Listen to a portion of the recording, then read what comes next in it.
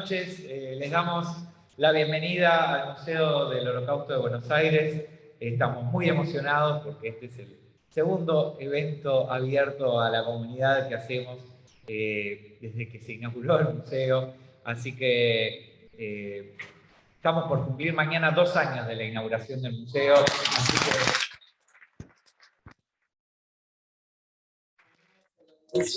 que presentar hoy el libro de dos grandes maestros y dos grandes pedagogos, educadores, como son Nina Waxman y Mario Sinay, con la invitada especial y el honor de contar con Jaya Barilco aquí entre nosotros, así que un fuerte aplauso para ellos.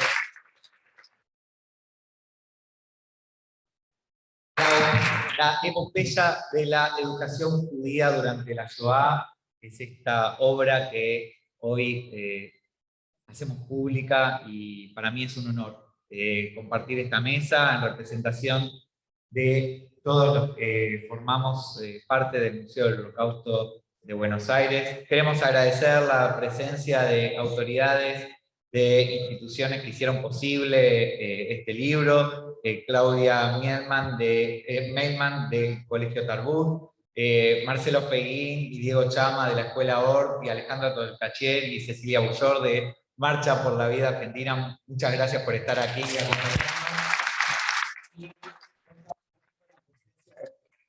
Y el Badajinus de la AMI, así que muchas gracias, Cari, por acompañarnos. Bueno, igual era la hoja que ya no servía. Gracias, doctor. Muchas gracias.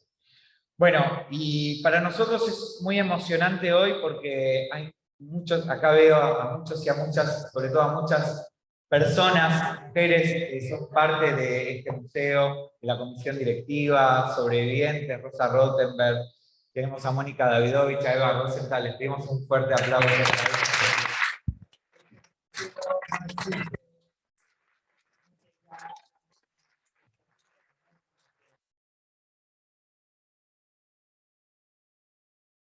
Bueno, y queremos agradecer especialmente a Jonathan Epstein y a todo el staff y el equipo del Museo del Holocausto de Buenos Aires que hicieron posible este despliegue de hoy, así que les pedimos un fuerte aplauso.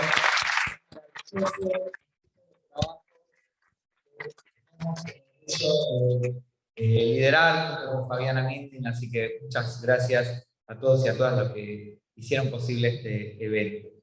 Y bueno, gracias por venir hoy a todas las personas que nos acompañan. Y como decíamos, es la segunda oportunidad. Tuvimos una presentación también del libro la semana pasada, de un sobreviviente, de Pedro Liebenberg, y hoy tenemos esta obra monumental, y ahora voy a decir mis reflexiones de este hermoso libro que han producido, este gran homenaje que han hecho a la educación judía durante la Shoah, y tengo la ventaja y la desventaja de hablar primero, así que voy a aprovechar. En primer lugar, para mí este libro es como una gran mamushka. ¿Por qué? Porque tenemos a dos grandes educadores de la Shoah, como hemos dicho, para mí son dos grandes maestros.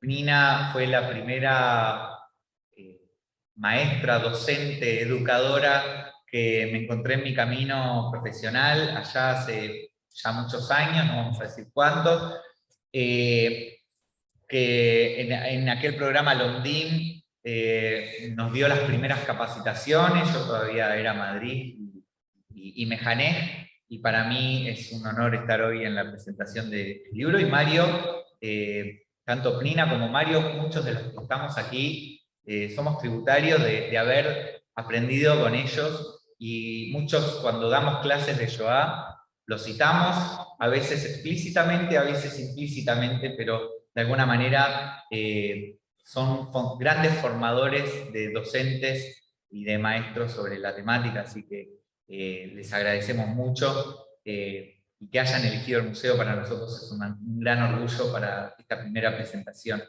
Pero decía que es una gran mamushka porque estos dos grandes educadores escribieron sobre otros grandes educadores judíos, tanto antes, durante como después del Holocausto, y en algún sentido, no solo lo escribieron para que todo el público conozca y acceda, sino que también, y se nota claramente, lo escribieron para que otros educadores utilicen este material en su enseñanza. Así que ahí está nuestra mamushka de educación judía, de transmisión, de legado y de homenaje que han hecho.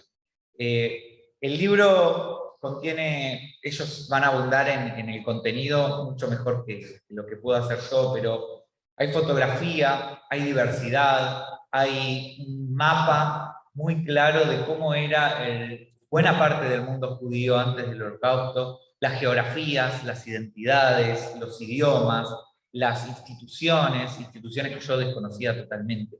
Así que fue novedoso para mí también. Y también, no solamente el aspecto judío, sino la educación en el nazismo, ¿no?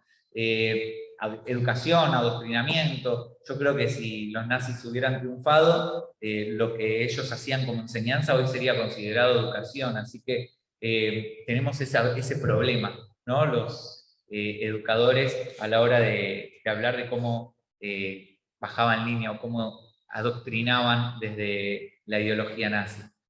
También hay una gran referencia al desafío que tenían estos educadores, madrijim, morim, en guetos, en campos, en orfanatos, y también cómo la educación, o de alguna manera, esta pedagogía judía no dejó de transitarse en los diarios personales, en las biografías de educadores que hay aquí, y ese mapa tan rico que han desarrollado es realmente inspirador, y creo que esa fue la intención, ¿no? Inspirarnos a quienes nos dedicamos en la Shoah, a que estas historias estén sobre nuestras espaldas, que nos acompañen, pero también que nos sirvan como insumo para inspirar a otros y a otras.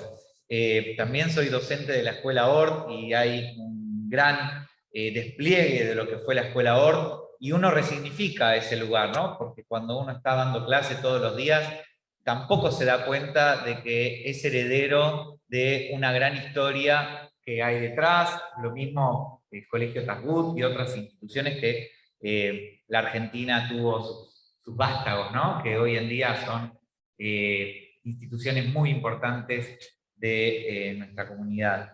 Hay material claro, legible, no íbamos a esperar algo distinto de ustedes dos, pero con datos, con historias, es llevadera la lectura, y sobre todo esa posibilidad de contar pequeñas historias, pequeños párrafos, anécdotas. Hoy en el mundo de la narrativa, en el mundo del storytelling, estas historias personales, a veces más desplegadas, a veces más sucintas, son una herramienta fundamental para quienes nos dedicamos a la educación. Es apto para todo público. En ese sentido, digo, la temática es muy judía y versa principalmente sobre la educación judía durante la Shoah, pero hay una intencionalidad hacia el afuera, para que quienes no son judíos puedan acceder, puedan interpretar este material. Así que ahí entiendo que hay un gran esfuerzo de traducción, ¿no? De cómo presentar esto a quienes no son judíos y que lo puedan entender muy fácilmente. En el prólogo de Jaya se habla de la educación, de los educadores como Morey Derech, ¿no? Y quienes nos dedicamos a la educación, la mayoría o buena parte en la Argentina nos dedicamos a la educación formal, venimos de la educación no formal, fuimos madrijim. Hemos aprendido que el Madrid es aquel que marca el camino, y hoy le comentaba a Mario en el ascensor, ¿no? Siempre lo cito cuando él habla de los justos entre las naciones, ¿no? De estos casos marginales, pero esos márgenes que nos marcan el camino. Hoy en día, con la tecnología que existe en el mundo, muchos pensaban que la educación estaba en crisis, y está en crisis. El modelo educativo del siglo XIX y siglo XX está en crisis, pero nadie duda del impacto que tiene un educador sobre un educando. Nadie duda de la influencia que tiene un gran maestro sobre un alumno, ¿no? La verdad es que en ese sentido ha sido un gran hallazgo y un gran aporte a la educación judía que hayan elegido esta temática para divulgar. Y como ex Madrid y como educador, los agradezco mucho en nombre de todos los que nos dedicamos a la educación sobre la Shoah. Hoy este libro es un homenaje fundamental, pero sobre todo está pensado para los educadores del futuro. No es solamente un homenaje a aquello que fue, sino una inspiración para aquello que puede llegar a ser en el futuro. Y quiero terminar contando algo que me encontré con mucha sorpresa. Yo tengo un niño de 3 años que es alemán, es argentino, nació en Argentina, pero tiene ciudadanía alemana porque su abuelo, su bisabuelo, era alemán, y su familia es oriunda de Dinslaken. Y la historia de Dinslaken está aquí en el libro contada. ¿Y por qué lo traigo a colación? Porque me atraviesa y atraviesa la historia de mi hijo. Su bisabuelo y sus hermanos se escaparon de la Shoah, la mayoría, salvo uno que quedó atrapado en el Holocausto. Pero ¿qué pasó en Dinslaken? Y puedo hacer un spoiler de la historia de Dinslaken, que está aquí contada, y con esto cierro. En Dinslaken había un orfanato, y en el pogrom de noviembre de 1938, los niños fueron sacados en el frío invierno de alemán, con sus poquitas ropas. El orfanato fue destruido y los niños fueron paseados por el pueblo para ser humillados en una carreta. En la ciudad de Dinslaken, en la actualidad, hay una carreta. Y la sola imagen que ustedes logran narrar muy bien de niños sacados en el frío, paseando por una ciudad, un orfanato que todo el mundo conocía, que fue destruido por los propios vecinos en una noche de furia. ¿Qué imagen tenemos sobre lo que luego iba a ser el Holocausto, ¿no? ¿Qué anticipación tenemos para ver para imaginarnos cómo estos niños eran paseados? Y mi abuelo mi suegro nació acá, pero bien podría haber sido un niño huérfano de ese orfanato. Y podría contarle tranquilamente a su nieto la historia de cómo en su pueblo, los judíos de su pueblo, los niños judíos de su pueblo fueron llevados y humillados por las calles de Dinslaken. Así que gracias por rescatar esa historia que me tocó a nivel personal. Y bueno, muchísimas gracias, Mario y Pina, por dejarnos esta obra tan importante para quienes nos dedicamos a la educación sobre la Shoah. Y voy a dar paso a Jaya Barilko. No necesita mucha presentación, pero yo quería por lo menos decir algo de ella. Así que es licenciada en psicopedagogía, es conferencista, es profesora de ciencias judaicas y pedagogía aplicada. Todo esto no alcanza para describir quién es Jaya Barilko, así que muchísimas gracias, Jaya, por acompañarnos y te escuchamos. Muchas gracias a todos.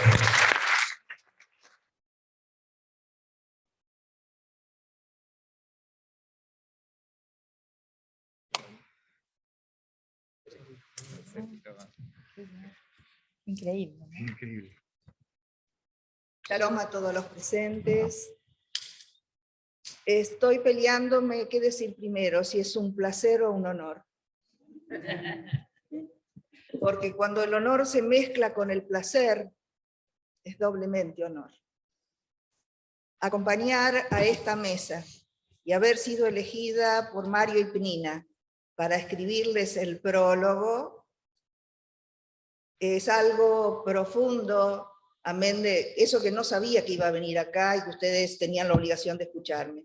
Pero les agradezco y trataremos de hacer algo que se llame prólogo o de presentar a este hermoso volumen, la epopeya de la educación judía durante la Shoah.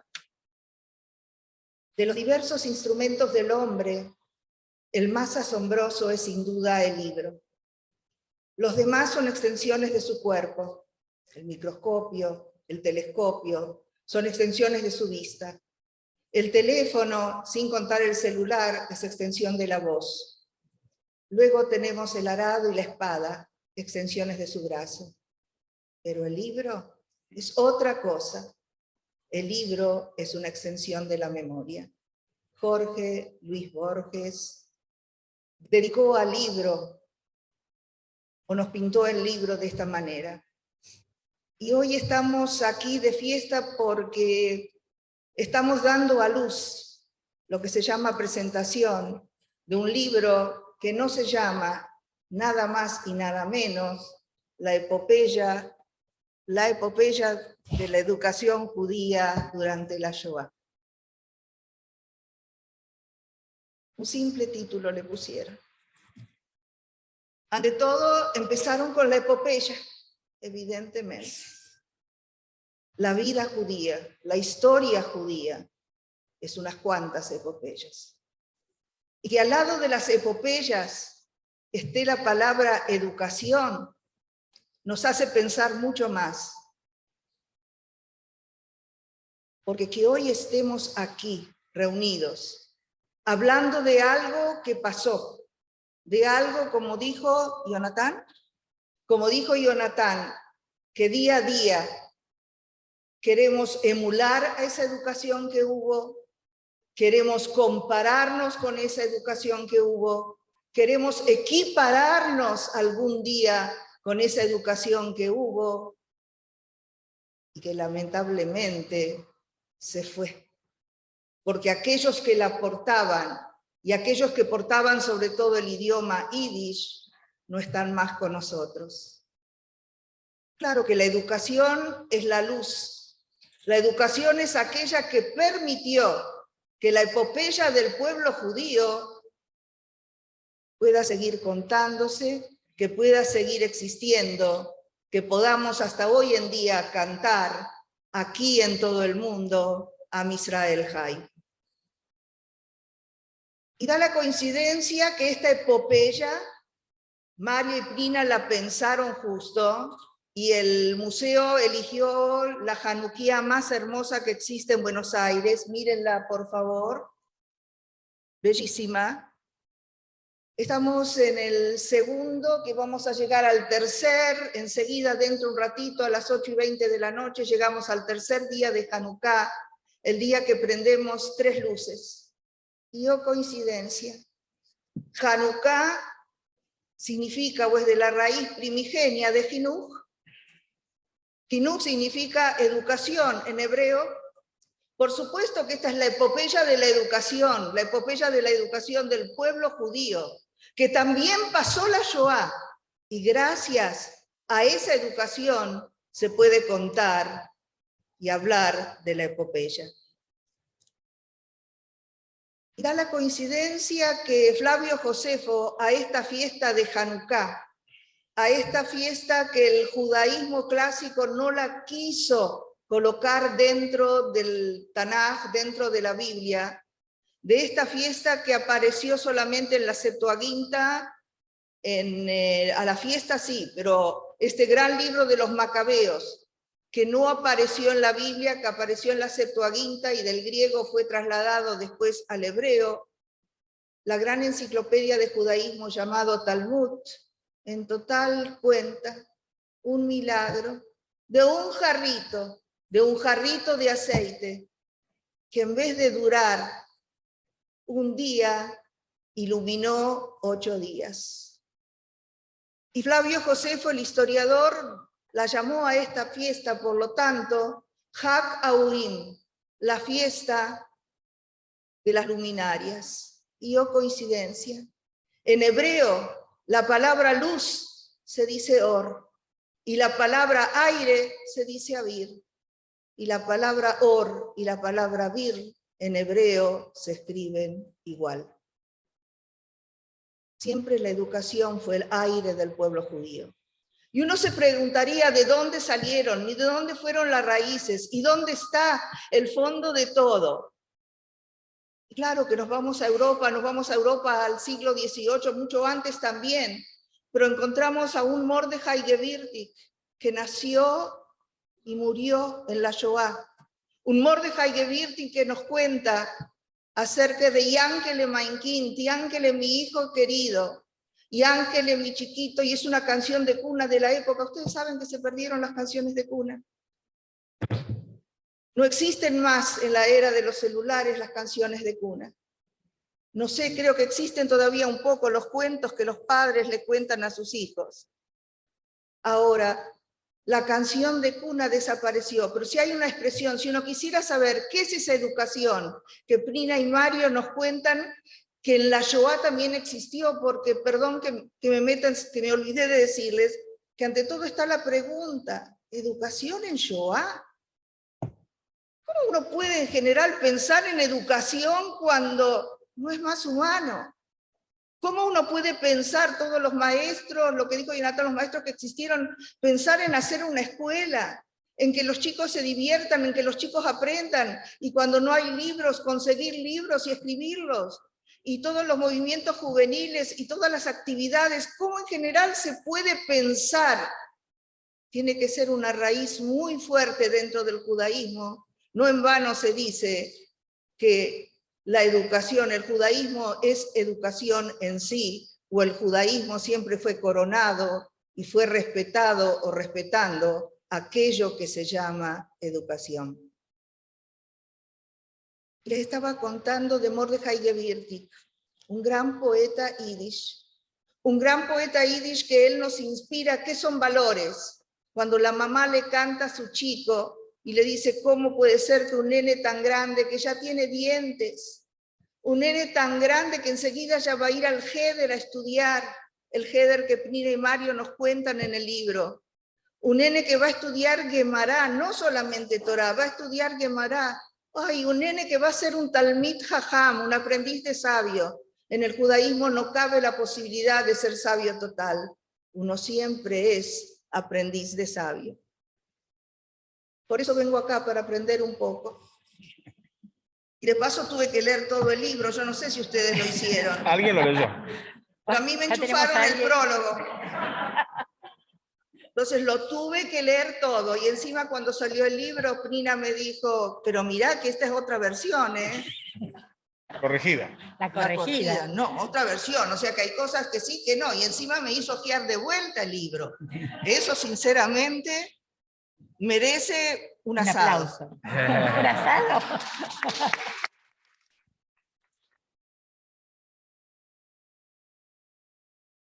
La canción de cuna que nos recuerda el Heder y el estudio, y que enseguida va a ser un Hosenbocher, enseguida va a ser un muchacho para casarse, y no va a ser solamente un Talmid Jajam, alguien sabio e inteligente a la vez, sino que también va a ser un buen comerciante, y va a tener todas las cualidades, y la mamá canta porque no había pañales descartables, y porque el nene está acostado en la cunita, a Zeibinatay, como si fuera un río. Este mismo Mordejai Gewirtig, que en el año 1936, creo, o ya 38, en el 38 ya lo mataron, pobrecito, él escribió esa famosa canción que se hizo himno de los guetos y de la hecatombe y de la Shoah, Es brennt, Briderlach es brennt. Hoy unser Städtel never brennt. No digo más en yiddish porque no me acuerdo la letra, pero es una música tan penetrante y el yiddish es tan fuerte en esa canción como en otras, que a uno lo hace estremecer. Mordejai Gewirtig se despidió en el gueto de Krakow. Despedirse es por decir, lo mataron en el gueto de Krakow en 1938. Educación. Nos dijeron que somos el libro, o mejor dicho, nos dijeron que somos el pueblo del libro. Agradecidos a Mahoma porque nos dio ese honor.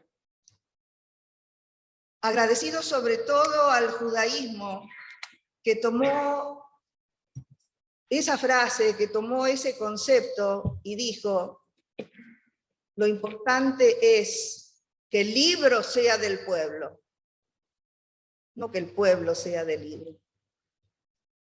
Y es por eso, para que el libro sea del pueblo, hay que acercárselo.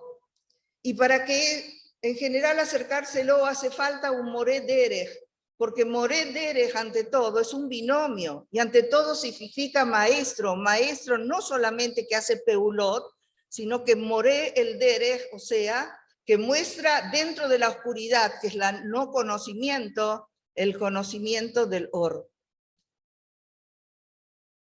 Y un moré necesita alumnos.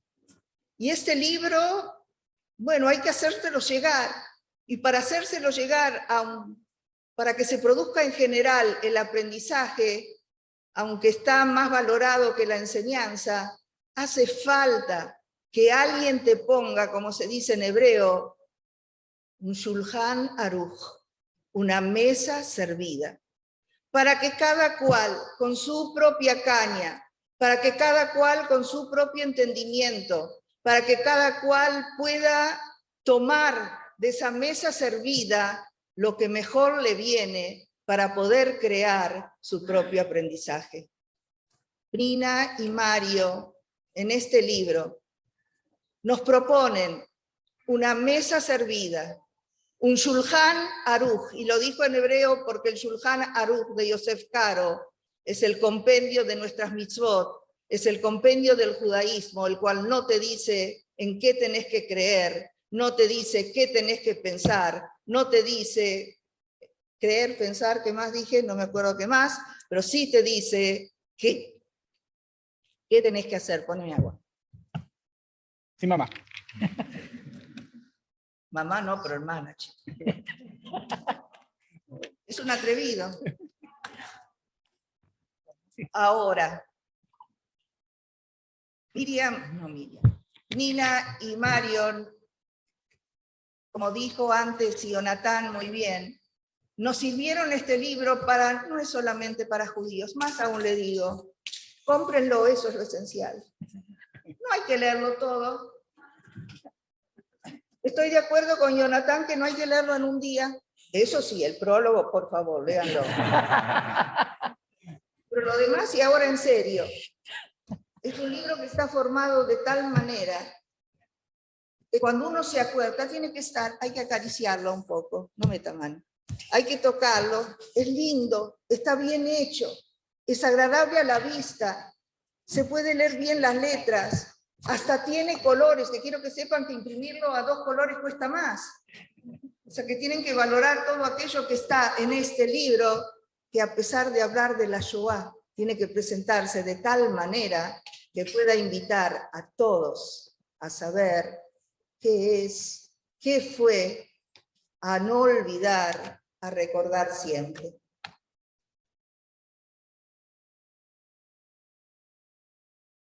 Bueno, para terminar, quería contarles que nací en 1947 en Moisésville, la primera colonia judía en la Argentina, fundada por inmigrantes venidos de Rusia o Ucrania en la última década del siglo XIX, lituanos por el yiddish que hablaban.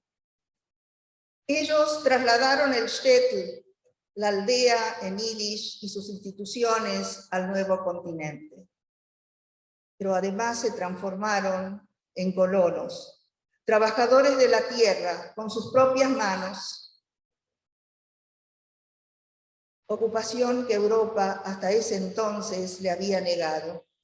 Aquí, en la vacía llanura argentina, en los campos, nació el primer colegio integral, cultura universal, idioma del país y judaísmo. Tuve la suerte, como gran parte de mi generación, de saborear la rica cultura judía y sionista, nacida y cultivada desde las postrimerías del siglo XIX en Europa del Este y reforzada por la creación del Estado de Israel. Nos educamos en hebreo, Ivrit beivrit, hebreo en hebreo, en un colegio primario y secundario denominado nada más y nada menos que Yadut, Yadus en Yiddish, que en hebreo significa judaísmo. No fue un sueño, ni una idealización de la realidad. Leyendo las ricas páginas del libro La epopeya de la educación judía durante la Shoah, cuyos autores están aquí con nosotros, Mario y Ángela Prina, son morir. Y recordé, como dijo antes Jonathan, que la palabra moré, y lo repito nuevamente, significa aquel que marca el camino. No aquel que te dice qué hacer, sino aquel que te insinúa por dónde puedes ir para llegar. Con María Espina estuve en Varsovia, con ellos recorrí Vilna. En su compañía visité Kiev y conocí Odessa. Estuve también con ellos en Moiseville. Y con ellos me nutrí de avalanchas de historia, resignificadas, de vivencias, de un pasado social y cultural glorioso. Me empapé de dolor y rabia y sufrimiento al pisar el suelo en el cual habitaron los hombres que protagonizaron la mayor hecatombe de mi pueblo, el pueblo judío. Al lado de ellos descubrí que nuestra riqueza cultural, institucional e ideológica se la debemos a la judeidad europea, a la partecita del legado que logró salvarse, que sobrevivió, al trozo de legado que germinó en Eretz Israel y a la esperanza de ser un pueblo libre en nuestra tierra, Sion y Jerusalén. Y Yar Kohakem.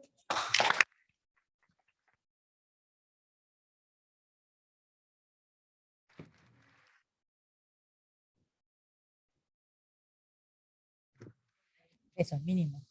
Mínimo. Bueno.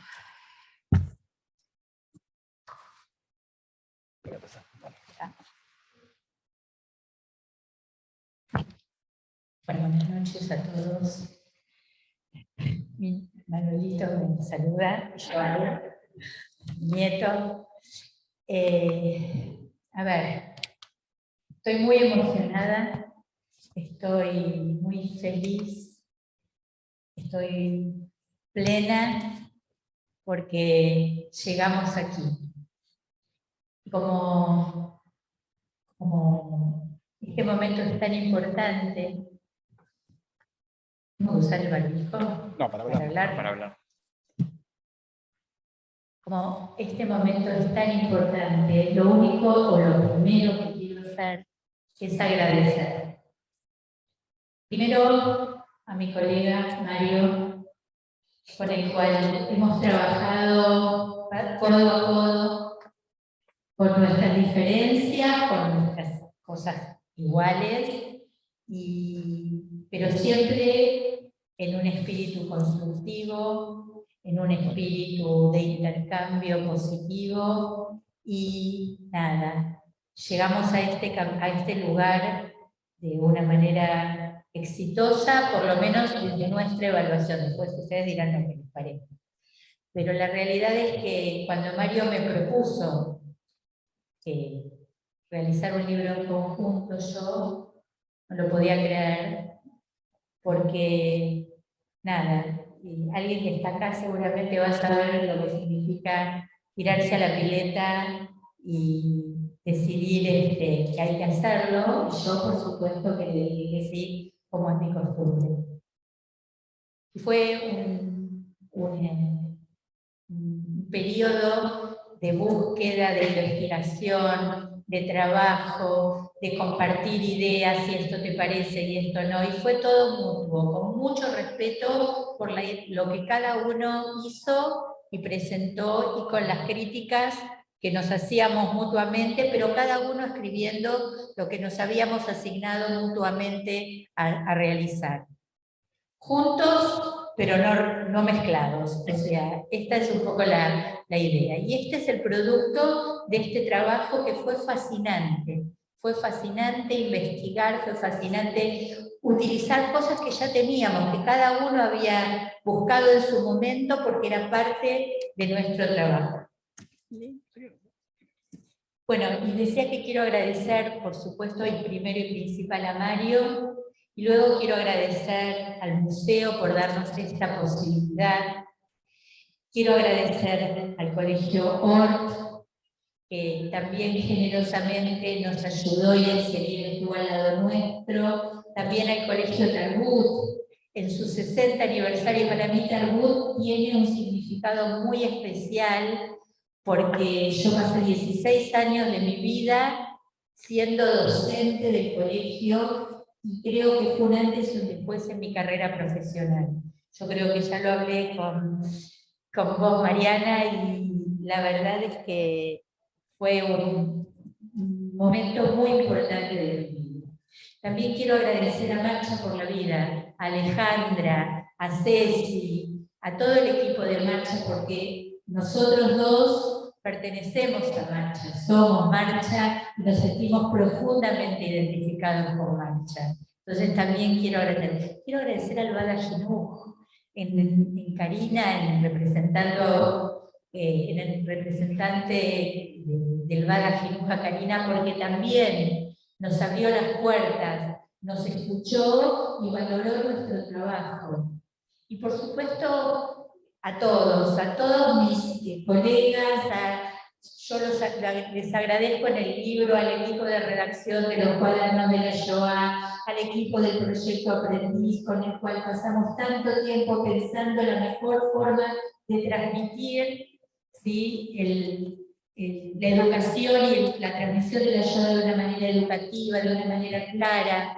Sí, por supuesto que también tengo que reconocer y queremos valorar a la Fundación Judaica, que también me abrió las puertas para la enseñanza de la Shoah, a mis alumnos, a todos mis alumnos, de todos los años de desarrollo profesional, a todos los tengo siempre en mi corazón, y me siguen y los sigo y los quiero y me quieren. Y es verdad, es así. No es a mis amigos que están presentes, a mis conocidos, a todos aquellos que de alguna manera están, y a mi familia. Fundamentalmente para mí, que mis 4 nietos estén hoy acá, Manuel, Clarita, Camilo y Sol, es la mayor, digamos, alegría que puedo tener en este momento. Y a mi hermana y a mis amigos, bueno, a todos. Y por supuesto, agradecerles la presencia y no sé qué más decir respecto a los agradecimientos. Agregar, por supuesto. Yo voy a agregar solamente 2 cositas. A Jaya, por supuesto, por la brillante presentación que nos ha hecho. Me emocionó muchísimo el relato de Jonathan, que no sabíamos que estaba relacionado directamente con el libro. A nuestro corrector, que lo veo ahí arriba, Ariel Shalom, que hizo un trabajo magnífico. Maravilloso. Nos tuvo así en línea, nos hizo un trabajo maravilloso, digno de reconocer también. Y a todos los amigos presentes, que verdaderamente me emociona verlos a todos y a cada uno de ustedes. Tremendamente emocionante. Y solamente quería agregar que de todas las emociones, que son muchas, el Bada Jinuj, la AMIA, decidió repartir los libros a todos los colegios judíos de la Argentina. Y se merecen un aplauso.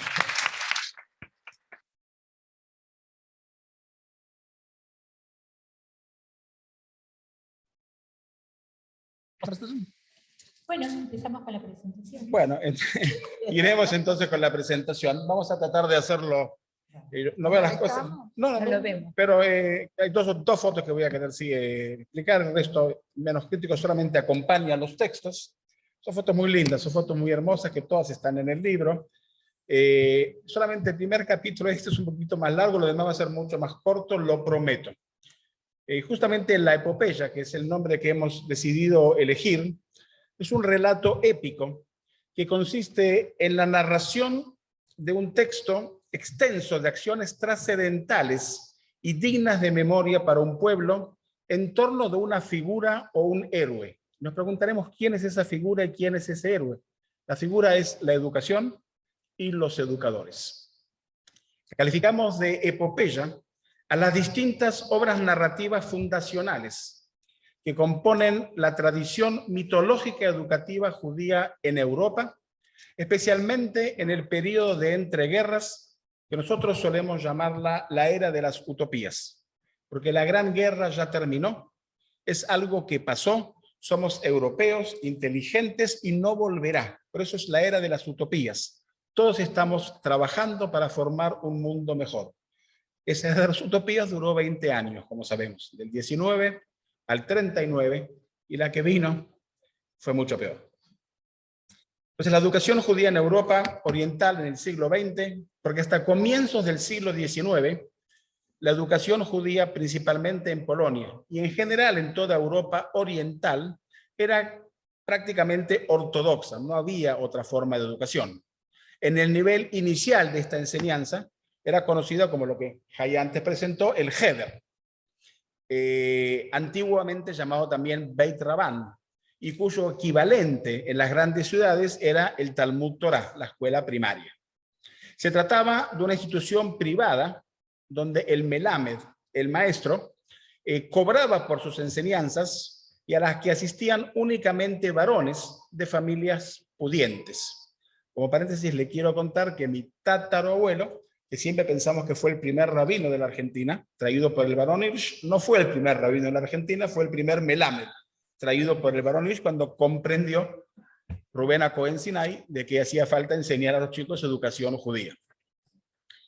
En el nivel de enseñanza secundaria, siempre dentro del judaísmo ortodoxo, se encontraba la yeshiva, que es el centro de estudios de la Torá y el Talmud, y la que también se conoce como la Academia Talmúdica, que generalmente estaba dirigida únicamente a los varones. En la entrada ya de final del siglo XIX, comienza un proceso de secularización y de diversificación en el sistema escolar, influenciado por los grandes imperios de esa época, Rusia, Prusia y el Imperio Austrohúngaro. Una parte histórica chiquitita, pero es importante decirlo, que en 1781 José II ya había promulgado medidas para llevar a cabo la igualdad de los judíos, permitiendo el acceso a las universidades. Dictado entonces el Edicto de Tolerancia en 1782, justamente en forma paradójica, prohibió el uso del hebreo en los colegios del imperio y fomentó la inclusión de las escuelas religiosas de una educación laica en alemán, prohibiendo el yiddish, entre otras cosas, según el modelo de las escuelas del Estado, a fin de promocionar la convivencia de los judíos con la población gentil donde habitaban. A partir de ese momento, comenzó el estudio de materias generales y además también el hebreo, historia judía, y se abrieron espacios de estudios para las mujeres, recién en el siglo XX. Sarah Schnirer va a ser la que va, de Cracovia también, quien va a comenzar con la educación ortodoxa para mujeres, que en ese momento era revolucionaria. Las 7 redes educativas judías más importantes de Europa Oriental fueron la Tarbut, la Tishkon, la Yavne, Jorev, Beit Yaakov, la Ort y el Shulkul. O sea, habían 7 redes educativas importantes. La educación judía en Europa de entreguerras es quizás el orgullo más importante de las comunidades judías en Europa. Había escuelas en todos los niveles, desde el preinfantil hasta universidades judías, y con una variedad de ofertas amplias, diversas y pluralistas. La diversidad se debió esencialmente, cosas que siguen existiendo hasta el día de hoy, ¿ok? No nos debemos sorprender, en las tensiones que había entre varias corrientes antagónicas. La ortodoxa por un lado y la secular, la hebreísta frente a la yiddishista, la sionista frente a los budistas antisionistas, la educación privada frente a la educación estatal, la educación mixta frente a aquellos que preferían la educación separada de varones y niñas. Cosas que siguen existiendo hasta el día de hoy, ¿no es cierto?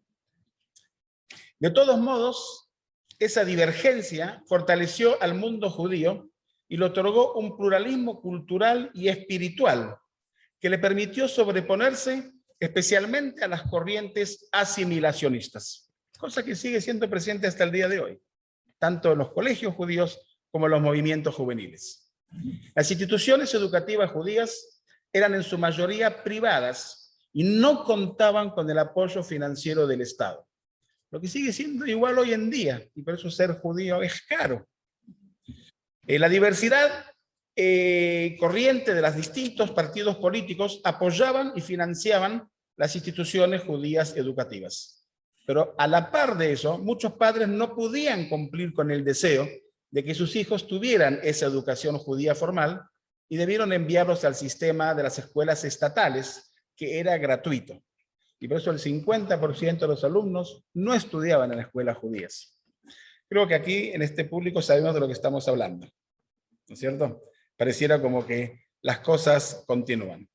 Y agradeciendo, como dijimos, tanto a la red Tarbut como a la red Ort que nos apoyaron, unas palabras sobre estas dos redes que orgullosamente continúan en el continente latinoamericano y no solamente en la Argentina. Tanto la red Tarbut como la red Ort continúan, por ejemplo, también en México, y la red Ort en casi todo el continente sigue siendo apoyado desde Israel. Perdón, desde la red Ort mundial. No, me corrijo, no desde Israel, sino desde la red Ort mundial. Es un poquito unas palabras sobre la red Tarbut. La red Tarbut pertenecía a la Federación Sionista. Se fundó en 1919. Sus colegios, ubicados principalmente en Polonia, Rumania y Lituania, eran laicos y priorizaban el uso del idioma hebreo. En diciembre de 1921 se llevó a cabo el primer Congreso Nacional Polaco de la red escolar en Varsovia, en las cuales asistieron 178 delegados de todas las partes de Polonia.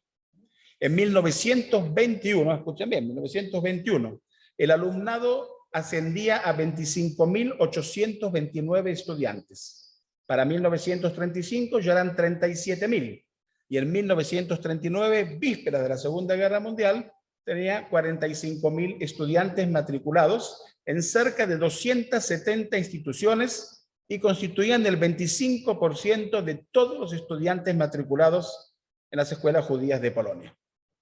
La red incluía jardines de infante, escuelas primarias, escuelas secundarias, seminarios de profesores, cursos de educación para adultos, bibliotecas y una editorial que producía material pedagógico, libros de textos y periódicos para niños. Su plan de estudios comprendía materias judaicas, humanísticas, científicas y generales. Reflejaban una orientación sionista y se buscaba familiarizar a los estudiantes en la literatura hebrea y entrenarlos en el trabajo físico para una futura inmigración a la tierra de Israel. Como que muchos trabajaban la tierra de Israel, no se lo vayan a creer, ¿eh? O sea, era una idea utópica. Y también se hacía hincapié en el desarrollo de habilidades manuales, deportes, contactos con la naturaleza y la agricultura a través de diferentes talleres, laboratorios, actividades físicas y excursiones.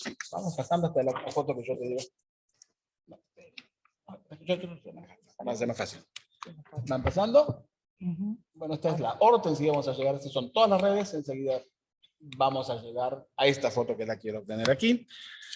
Las 5 perlas de los colegios hebreos secundarios de la Tarbut se concentraban en Cracovia, Vilna, Kaunas, Białystok y Rovno. El gimnasio hebreo de Cracovia se fundó en 1908. Era un colegio sionista, inserto en un marco laico y progresista. En 1939 contaba con 1.400 alumnos y, por desgracia, el año 1939 nunca comenzó. El gimnasio judío de Vilna, fundado en 1915, pero recién en la década de 1920, la organización Tarbut asumió la conducción del colegio y su nombre cambió a la Gimnasia Real Tarbut. En 1921 contaba con 400 estudiantes, en 1936 con 525 maestros y permaneció abierto hasta 1940. Ahora, si miramos la foto que estamos viendo en estos momentos, y le cito lo que dice en español para aquel que no sabe hebreo, dice lo siguiente: la escuela hebrea es el alma de la nación. Tarbut construye la Escuela Nacional Hebrea, apoye al Tarbut y a sus instituciones. Y la segunda foto que les quiero mostrar, que es emblemática, que es verdaderamente emblemática, es un anuncio de la Gimnasia Real de Vilna, ubicada, tal cual dice el cartel, en la calle Mickiewicz, el poeta nacional judío, número 22. Este año, hasta 7º grado, los estudios generales son paralelos al gimnasio gubernamental. Los estudios hebreos se basan en el programa de la gimnasia de Yafo. O sea, había una relación entre los colegios Tarbut en Polonia y los colegios Tarbut en Israel. Y ahora fíjense quizás lo más interesante de todos. Fue el primer colegio trilingüe del mundo. Los estudios en idioma inglés son obligatorios. Se ofrece la posibilidad de pagar la matrícula en cómodas cuotas y se anuncia que el comienzo de clases será para el 25 de agosto. O sea, ya entienden la necesidad de un colegio trilingüe, polaco, hebreo y inglés. ¿Okay? El primer colegio trilingüe del mundo. Y así siguen también los otros colegios, ya sea en Kaunas, en Bialystok, etc. Y como epílogo de este tema del Tarbut, con el inicio de la Segunda Guerra Mundial, se produjo el cierre de todos los colegios de la red Tarbut en casi toda Europa.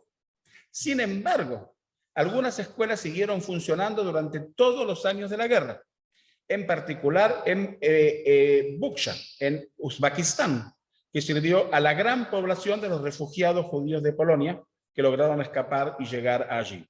En general, los graduados de la escuela Tarbut que se establecieron en Palestina, en el mandato británico de Palestina, hablaban un hebreo con fluidez y de hecho muchos de ellos se convirtieron en educadores profesionales. Actualmente, como les dije, hay colegios Tarbut en el continente, tanto en Argentina como en México, y Argentina está cumpliendo 60 años de trabajo en el país. La red educativa de la ORT. Vamos a pasar a la ORT. Esto es Bialystok. Vamos a pasar a la ORT. La ORT, que en el idioma ruso significa la Sociedad del Trabajo Agrícola y Artesanal, se fundó en San Petersburgo, Rusia, en 1880, para proporcionar una educación profesional y vocacional a jóvenes judíos. Dicho sea de paso, y tengo que contarlo, yo vivía en Gascón y Corrientes. La ORT está en Yatay. A mí me echaron de todos los colegios, no hay colegio que no me echaron. Natán Gezán, Watson, Bialik, etcétera, etcétera, etcétera. Mi mamá ya desesperada me propuso, bueno, anda a la ORT. Y yo dije que no. Ahora, menos mal, porque si no también de ahí me echaban. Ahora seguimos siendo amigos acá con Marcelo, porque por lo menos de ahí no me echaron porque no llegué. Bueno.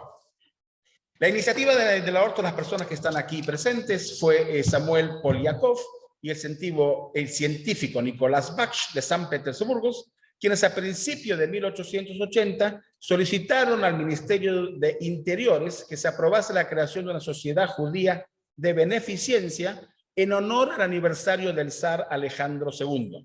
Poco tiempo después, y gracias a los esfuerzos del barón Horaz de Gunzburg, se obtuvo el permiso para establecer el Comité Provisorio de la ORT y el reconocimiento oficial llegó en 1906. El objetivo de la ORT era organizar la enseñanza técnica para alumnos judíos y darles asistencia tanto para la adquisición de herramientas y materiales como para el traslado a los lugares donde su trabajo era necesario. En los primeros 7 años de vida de la ORT se abrieron 3 escuelas técnicas judías en diversas ciudades de la zona de protección. A mediados de la década de los 90 del siglo XIX, ORT extendió sus actividades a muchas ciudades y pueblos dentro de la zona de exclusión. Abrió cursos técnicos para varones y niñas dentro de las escuelas judías, contrató maestros y dio préstamos a los artesanos para que adquiriesen talleres dentro y fuera de la zona. A menudo la ORT financió escuelas judías privadas dentro de esta zona, a condición de que se diera educación gratuita a los niños de familias pobres judías. Como su nombre lo indica, la ORT no solo tenía como propósito entrenar a judíos rusos en oficios artesanales, sino también en la agricultura. Y de este modo, en 1903, se estableció una escuela de agricultura y una granja modelo en Minsk, hoy capital de Bielorrusia. Al comienzo del siglo XX, la actividad de la ORT se especializaron en la enseñanza técnica y aparecieron centros en las grandes ciudades y numerosas poblaciones judías fuera de la zona de exclusión, como en Riga y en otros lugares. Or también prestó atención a las necesidades de capacitación técnica para adultos y abrió cursos especializados en profesiones de mayor prestigio y demanda de la época. Se abrieron cursos de ingeniería eléctrica en Vilna, cursos de diseño en Ucrania.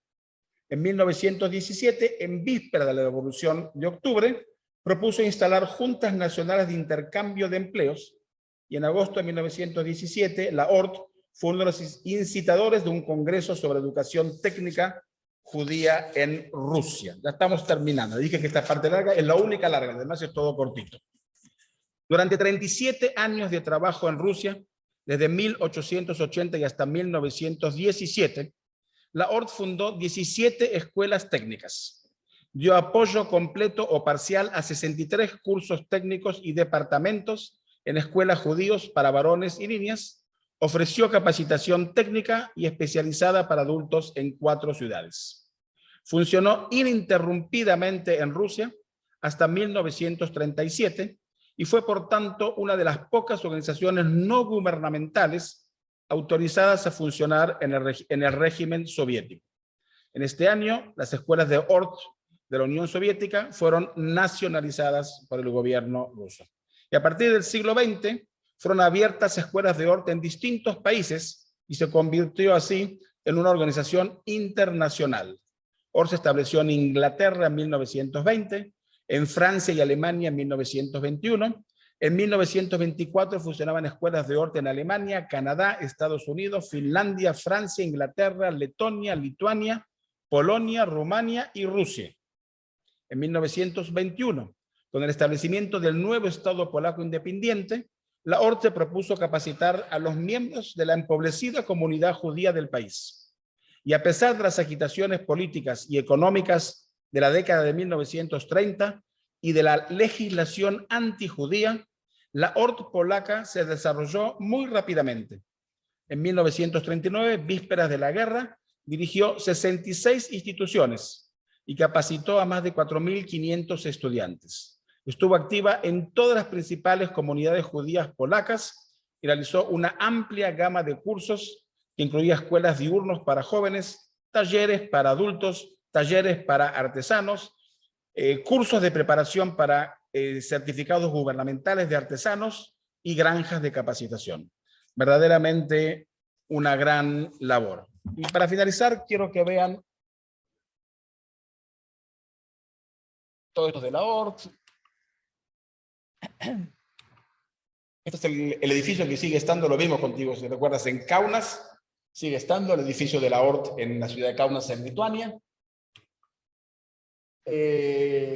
Francia. Quiero que miren esta tabla donde podemos ver la diversidad de la cantidad de estudiantes judíos. El Tarbut tenía 44.780 alumnos, la Red Tisho tenía 16.416. Aquí tienen toda la tabla hablando de casi 185.000 estudiantes judíos en escuelas judías en el periodo este que estamos hablando. El segundo capítulo es muy cortito, también es mío, entonces continúo, Penina, no te enojes. Así está el orden. Los estudiantes universitarios, es muy cortito. Es impactante cómo estaban organizados los estudiantes judíos en las universidades. Aquí tenemos la Casa de los Estudiantes Judíos en Varsovia y la Casa de los Estudiantes Judíos en Varsovia. O sea, si tenían estos edificios como centros para estudiantes que vivían afuera de la ciudad y necesitaban venir a vivir ahí, imagínense la potencia de la comunidad. Hubo una legislación antisemita discriminatoria, digámoslo así. Fíjense la diversidad de la cantidad de organizaciones estudiantiles que hubo. Y hubo 2 eventos importantes que quiero marcar. El primero es los números clausus. La legislación polaca, que no comenzó en Polonia, dicho sea de paso, comenzó en Hungría, después se dispersó por toda Europa, incluso llegó hasta Francia y al norte de África, limitó la presencia judía en la universidad en el número representativo de los judíos en la población. Si eran 3 millones de judíos En un país de 30 millones, éramos el 10%, matemática sencilla, la universidad limitó a una presencia del 10% de judíos en la universidad. Pero el número de los judíos en la universidad, eso lo sabemos siempre, que el judío fue siempre intelectual, llegaba hasta un 40 y un 45% en distintas universidades, y nunca fue menos de un 20 o un 25%.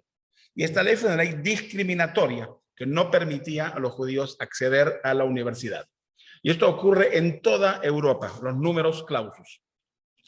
Y la segunda ley es Banco Guetta, que no tiene nada que ver con los guetos de la Shoah, que fue una ley antisemita que dictaminaba que los judíos tenían que sentarse en la parte de atrás del salón.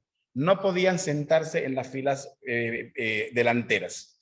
Y los judíos se organizaron orgullosamente y protestaron. ¿De qué manera? Iban a clase y no se sentaban, se paraban en la parte trasera de la clase. Hasta que lograron eliminar ese decreto. Ese decreto que era un verdaderamente decreto antisemita. Así que verdaderamente es un orgullo la forma que los estudiantes universitarios judíos se organizaron en todas las universidades en Europa en este periodo. El tercer capítulo es de Pnina. Voy a hacer cortito, así lo leen del libro, porque si les cuento todo no lo van a leer. Así que voy a hacerlo más cortito. No, la realidad es que el tercer capítulo es la primera parte de los orfanatos judíos, desde 1918 a 1939. ¿Y por qué elegimos el tema de los orfanatos judíos? ¿Por qué elegimos el tema de los orfanatos judíos? Por la preocupación comunitaria por los niños huérfanos que tenía raíces profundas en la tradición judía. Y esto era una preocupación muy importante. El capítulo historiza el desarrollo de estas instituciones que las encontramos desde el medioevo y en adelante.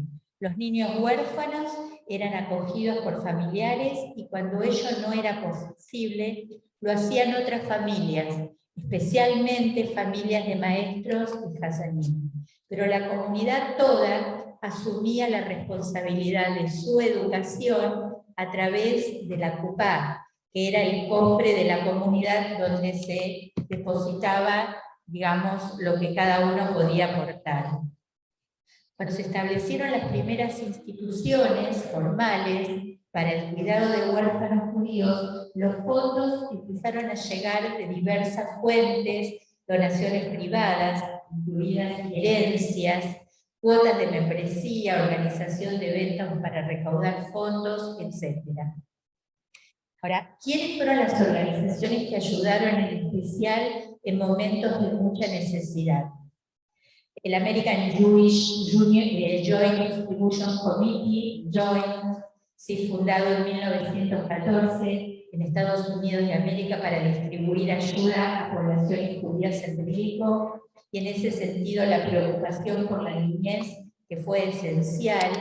Y otra organización muy importante fue una organización llamada CENTOS, ¿sí? La Asociación Central para el Cuidado de Huérfanos, fundada en 1924 por activistas judíos para la ayuda de niños judíos polacos. Menciono también en el capítulo una tercera organización, ¿sí? La Sociedad de Ayuda a los Niños, conocida por sus siglas OC, que fue fundada en Rusia en 1912 por médicos judíos, y esta organización de amplia difusión en Francia, donde creó una red de orfanatos y que durante la ocupación también protegió a cientos de niños judíos en peligro. Bueno, y ahí, a partir de ese momento, el capítulo va a abordar la historia de cada uno de los orfanatos, no todos obviamente, pero historias de orfanatos, historias de vida, historias de la posibilidad que les daban para mejorar sus condiciones a pesar de que el orfanato era de por sí una institución donde venían niños no solo abandonados, huérfanos, sino también niños cuyos padres no podían mantenerlos o alimentarlos. Entonces, a lo largo de todo este capítulo, lo que se cuentan son historias de estos orfanatos y cómo intentaron y trataron de resolver la vida de los niños en condiciones realmente de hambre, de abandono y también de falta de posibilidad de que sus padres los puedan cuidar como correspondía. Bueno, Sí, continúo yo en el cuarto capítulo.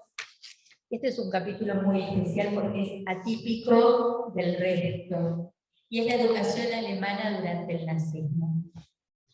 Cuando pensamos el libro, no teníamos muy claro si valía la pena incluirlo o no. Y con Mario llegamos a la conclusión de que debíamos hacerlo, de que era importante porque queríamos mostrar otra faceta de la educación. Quizás la antípoda de lo que nosotros estábamos planteando a lo largo de todo este libro, y es por eso que uno de mis motores, uno de los libros que yo utilicé, fue un gran libro que lo encontré en Mercado Libre, un libro que se llama Cómo crear un nazi, que fue editado en Argentina, en Buenos Aires, en el año 1943, y su autor es Gregor Zimmer. Gregor Zimmer fue el director de la Escuela Americana en Berlín, que obviamente en el año 1942 realiza una investigación acerca de cómo se desarrollaba la educación alemana en las escuelas alemanas. O sea, estamos hablando de 1942. Y la sorpresa fue que él hace un desarrollo interesantísimo, y les recomiendo, hay un documental de Disney, un dibujo animado de Disney de 13 minutos, How to Make a Good Nazi, se llama Education for Death, Educación para la Muerte, y donde de alguna manera, inspirado en este libro, crea un dibujo animado impresionante, que yo se lo mostré a mis alumnos. Entonces, lo que vemos a lo largo del capítulo es cómo se gesta, cómo se crea una educación, una doctrina de odio, cómo se forma a los niños, no solo en la educación formal, sino también en la educación no formal, que los chicos acudían después de ir a la escuela, oficial. En tanto en una como en otros, la construcción y el odio que se generaba y el adoctrinamiento va a ser importantísimo.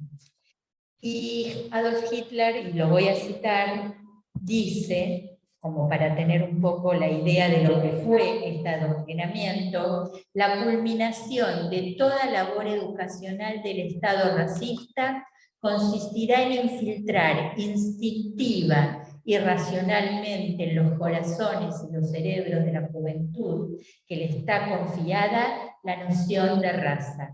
Ningún adolescente, sea varón o mujer, deberá dejar la escuela antes de hallarse plenamente convencido de lo que significa la puridad de la sangre y su necesidad. Con esto, de alguna manera,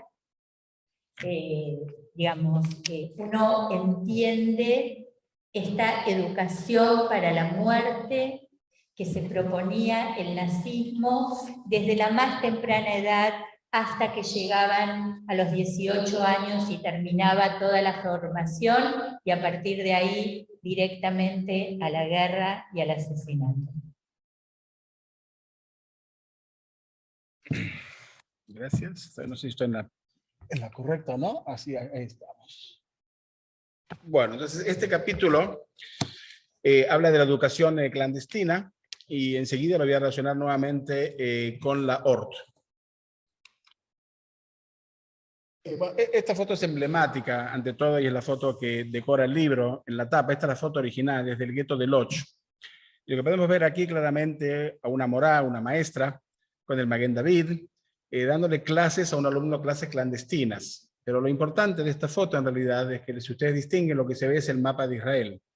El chico está marcando con el dedo Haifa, a la derecha el lago de Tiberíades, el Kineret, y la idea era que cuando esto termine, porque nadie pensó que los iban a matar en ese momento, nadie creía que los iban a matar, era que cuando esto termine va a haber un éxodo nuevamente a el mandato británico de Palestina o ya algún estado judío que se va a crear. O sea, esta foto es emblemática para tratar de entender cómo es que se vivía. Y sobre eso escribió Haim Guri, el gran escritor que fue testigo de los juicios de Eichmann en su famoso poema Resistió quien educó en secreto, refiriéndose a la educación clandestina. Durante la Shoah, la existencia de las escuelas en los guetos estaba prohibida. El abandono de la gestión educativa parecía ineludible. Sin embargo, no fue lo que sucedió. Los educadores judíos arriesgaron sus vidas y continuaron con sus tareas en espacios clandestinos. Veían allí su verdadera misión, restaurar cierta estabilidad en sus estudiantes a través de la transmisión de conocimientos y valores. Una prueba de este gigantesco esfuerzo de la educación clandestina, de este verdadero manifiesto de resistencia espiritual, lo ofrece un testimonio de Efraim Duquet, quien dirigía una escuela clandestina en el gueto de Yavli. Ahí tenemos al doctor Blugerman, que es oriundo de la ciudad de Yavli, estuvimos juntos con él ahí, en Lituania, y cito: mi función era dirigir la escuela del gueto. Se trataba de una escuela única en su género. Nuestros perseguidores nos prohibieron educar a los niños, y por ello creamos una escuela clandestina. Distribuimos a los niños en clases pequeñas y espaciales en todas las habitaciones del gueto. Grupo a grupo se iban infiltrando en la escuela y durante 2 horas, apretujados en unos cuartos, escuchaban las enseñanzas de sus maestros. Luego salían a escondidas para dejar el sitio al grupo siguiente. Venían a clase hambrientos y desnudos, y solo una vez por semana, los viernes, podían los maestros ofrecerles, tras un baño caliente, una rebanada de pan con mermelada. Y con todo ello, nunca hubo en el mundo alumnos más consagrados a su escuela, a sus estudios y a sus maestros que los niños del gueto de nuestra escuela. Increíble. En septiembre de 1940, en Polonia, el gobernador general Hans Frank aprobó la apertura de escuelas primarias judías técnicas profesionales según las necesidades de la industria alemana. Fíjense la lógica, ¿no es cierto? Y prohibió al mismo tiempo el estudio del idioma alemán. En cuanto a los establecimientos secundarios, quedaron prohibidos. Pero justamente por esta necesidad es donde la escuela Ort comienza nuevamente sus trabajos para educar dentro de los guetos en profesiones técnicas necesarias para el ejército alemán. Y sobre esto, el gran educador del gueto de Varsovia, el gran maestro, la Jaya Barilko del gueto de Varsovia, Chaim Kaplan, verdaderamente considerado el maestro del gueto de Varsovia, escribió el 10 de octubre de 1940 esa célebre frase en su diario personal: todo está prohibido para nosotros y todo lo hacemos. Nuestro sustento lo encontramos en la prohibición y no en el permiso.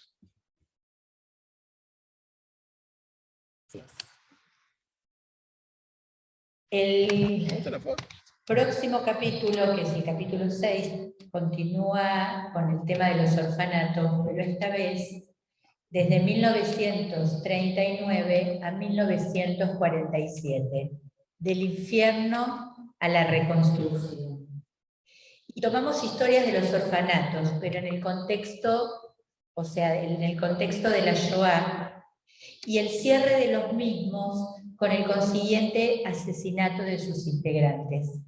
Además, incluí, y por eso lo de reconstrucción de su título, la labor de tantas organizaciones de recuperación de niños y el establecimiento de nuevos espacios para volverlos a la vida, a la esperanza y a los proyectos a futuro, en especial en Eretz Israel.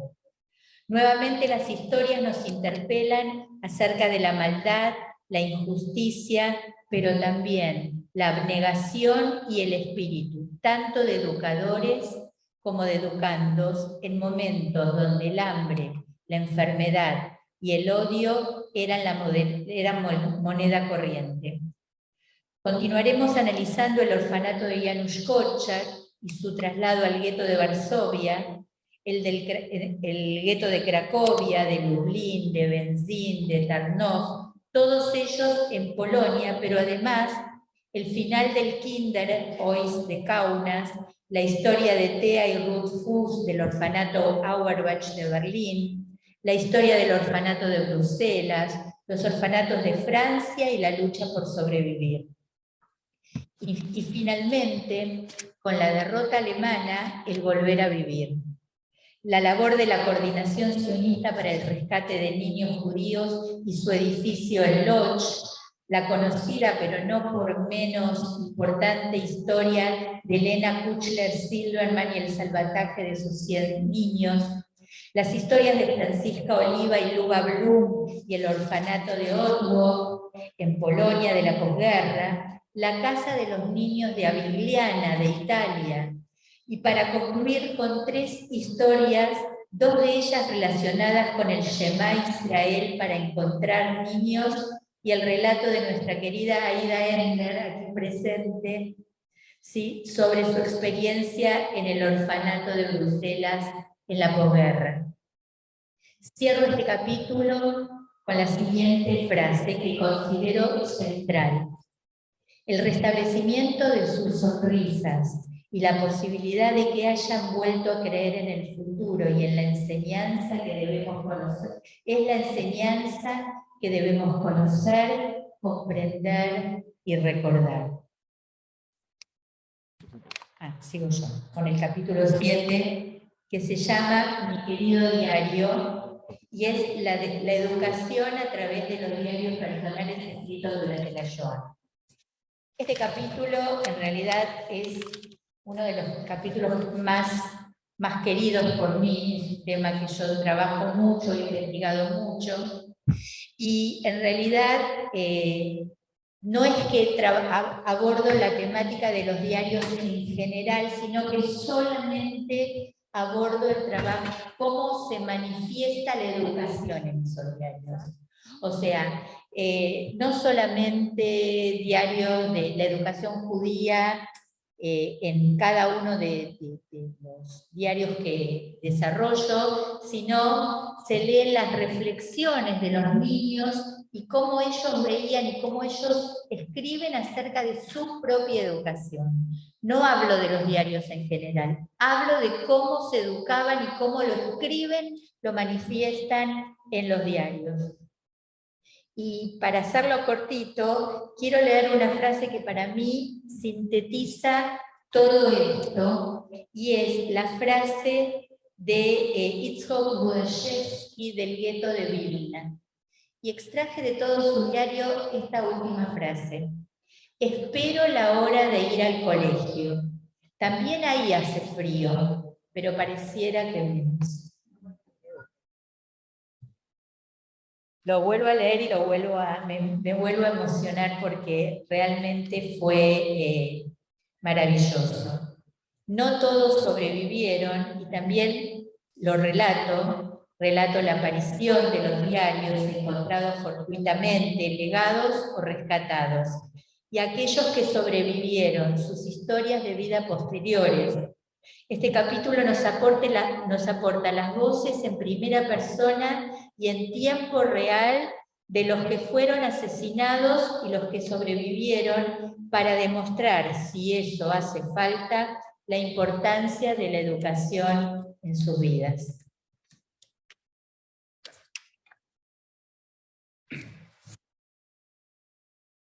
Gracias. Me paré para que vean mi camisa. El último capítulo, la educación judía en los campos de desplazados. Son muy cortitos. Cuando finaliza la guerra quedan 10 millones de judíos sobrevivientes. 250.000 encuentran solución. 250.000 encuentran solución. ¿Quiénes han estado en Palestina? ¿Quiénes? Mandato británico, perdón. ¿Quiénes son los Estados Unidos? ¿Quiénes en Sudamérica? Y 250.000 quedan en campos de desplazados. Aquí tenemos los mapas, las prioridades, pero aquí surgen dos fenómenos. El fenómeno de la educación, nuevamente, la necesidad de volver a educar, y, oh casualidad, en los campos de desplazados surgen, estos son todos quienes ayudaron, la Jont, etcétera, los ingleses, los americanos, todas las instituciones, los Sherita Plitá, dicho sea de paso, por supuesto, todas estas instituciones que el Badal Salah, y surgen dos cosas muy importantes, y no es casualidad lo que les voy a mencionar. Aquí ya llega un segundito. Bueno, aquí la tenemos. Esto lo voy a saltar en estos momentos para llegar a lo que quería mostrar. Los colegios Tarbut, nuevamente en los campos de desplazados reviven, y aquí los tenemos un poquito. Los vemos al colegio Tarbut en los campos de desplazados. ¿Sí? Nuevamente, y no va a ser sorpresa, entonces los diversos colegios Tarbut en todos los campos de desplazados. Miren qué bonitos. Y nuevamente también los colegios Ort, con toda la capacitación de los colegios Ort, que era estrictamente necesario porque no tenían de qué trabajar, de qué poder seguir viviendo esta gente que sobrevivió. Y aquí tenemos, fíjense, en todos los colegios Ort, los programas de estudios de Tarbut y de la Ort en los campos de desplazados. Y quiero terminar con esta foto, que es, ahí vamos a llegar. Foto, miren qué foto, miren qué foto. Seguimos. Vamos a llegar, ¿cuántas fotos? Quiero terminar con esta foto. Todos los que están presentes en esta foto dieron testimonio a los americanos, y lo que tienen en común todos es que fueron testigos oculares del asesinato de su familia. Todos fueron testigos oculares. Y cuando terminan de dar testimonio, una de las Madrijot, de Akiva, va a buscar la pancarta de Hasta la de Jacamo. Llamarás a tu prójimo como a ti mismo. Y todos los chicos que están, el que está abajo de todo a la derecha, Surel, Israel, del movimiento juvenil militar, el sombrero. Si ustedes miran atentamente, el segundo entre los Madrijim arriba con la camisa blanca es el hermano. Miren que tiene la misma cara, lo que dice el hermano, ¿no es cierto? Lo notan claramente, el hermano de Surel. Y dieron todos testimonios, y está la pancarta, llamarás a tu prójimo como a ti mismo. Y Surel, que es ese alumno que a veces lo amamos y a veces no lo amamos, que hace las preguntas difíciles, hace 3 preguntas. No una, no 2, hace 3. Le pregunta a sus madrijim, después que fueron testigos oculares del asesinato de su familia, Beafta le rejaca moja. Llamarás a tu prójimo como a ti mismo. Los madrijim responden, Beafta le rejaca moja. Pero Surel insiste, dice, a todos. Los madrijim responden, Beafta le rejaca moja. Pero entonces Surel pregunta la tercera pregunta. Y a los alemanes que mataron a mi mamá y a mi papá, y a mi abuelo y a mi abuela y a mi tío y a mi tía y a mi hermano y a mi hermana también, los madrijim responden, Beafta le rejaca moja. Este es el momento, a mi juicio, del triunfo espiritual del pueblo judío, que nos permite hoy ser judíos orgullosos en Argentina, en Israel o donde sea que seamos, y poder continuar esta luminaria, y como nos dijo Gaia, el milagro de los 8 días, fue un milagro que continúa 2000 años. Gracias a todos.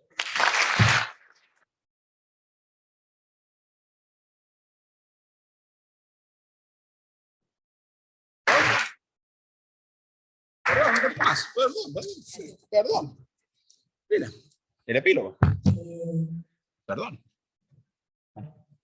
El último capítulo, el epílogo de este libro, es un homenaje a la educación. Y es un homenaje a los docentes.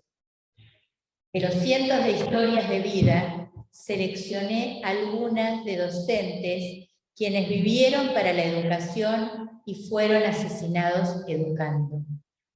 Este capítulo es entrañable y deja una deuda, la de no poder incluir a todos los que hubiera querido.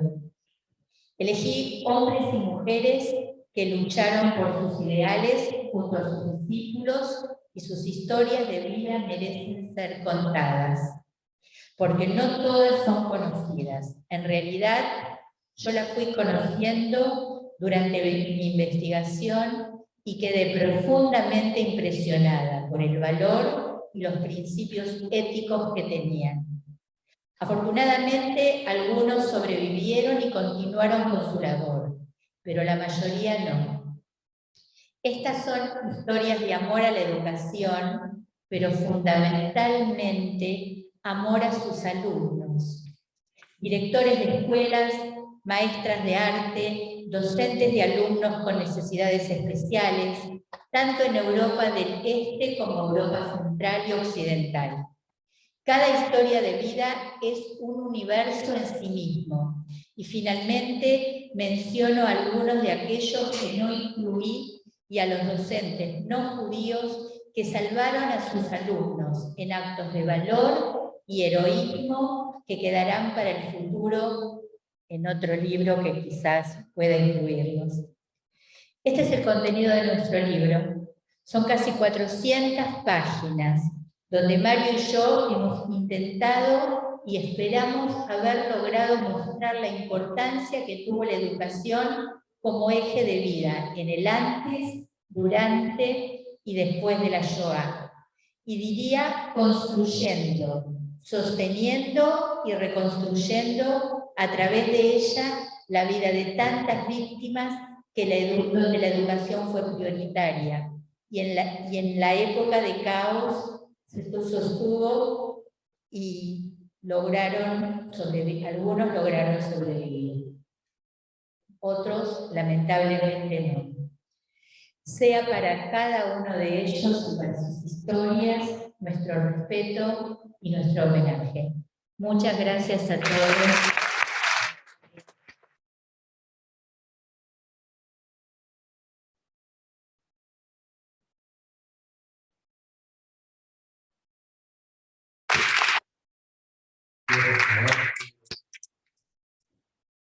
Para cerrar, queremos encender las velas de Hanukkah e invitamos a 3 personas que nos van a honrar y nos honran con su presencia: Rosa Rottenberg, Mónica Davidovich, Eva Rosenthal. Las invitamos a...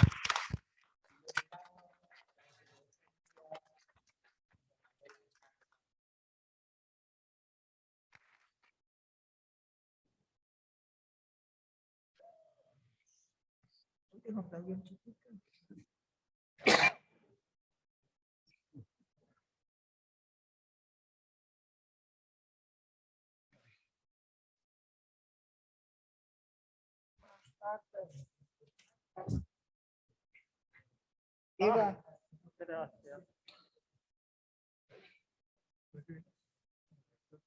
¿Quieres sentarte?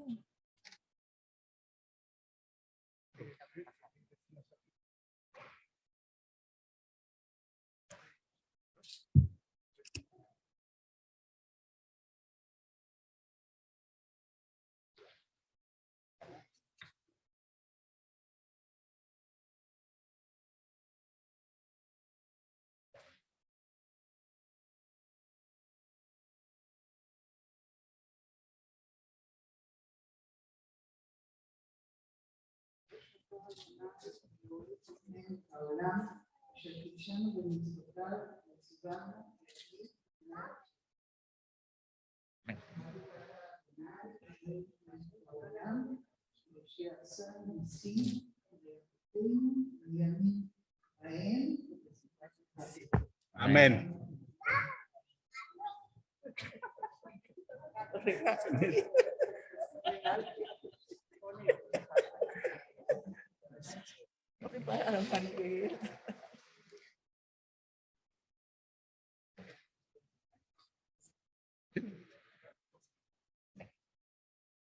Ya está.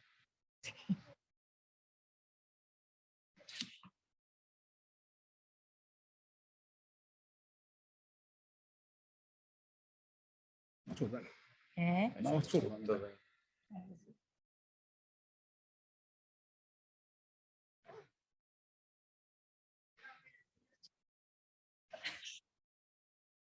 rebeldía ahí de la vela. De las velas. Bueno, Se rebelaron los macabeos. no ocurrió un milagro.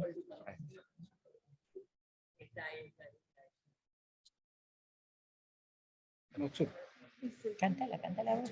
Tenés linda voz.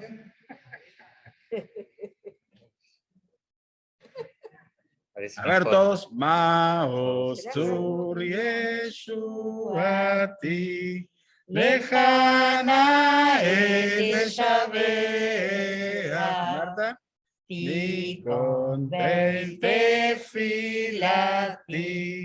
dejando la Shabea.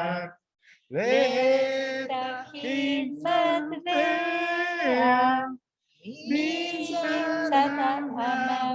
Amabea, Azekmor Beshir Mizmor, Chanukah Mizbeach, Azekmor Beshir Mizmor, Chanukah Mizbeach.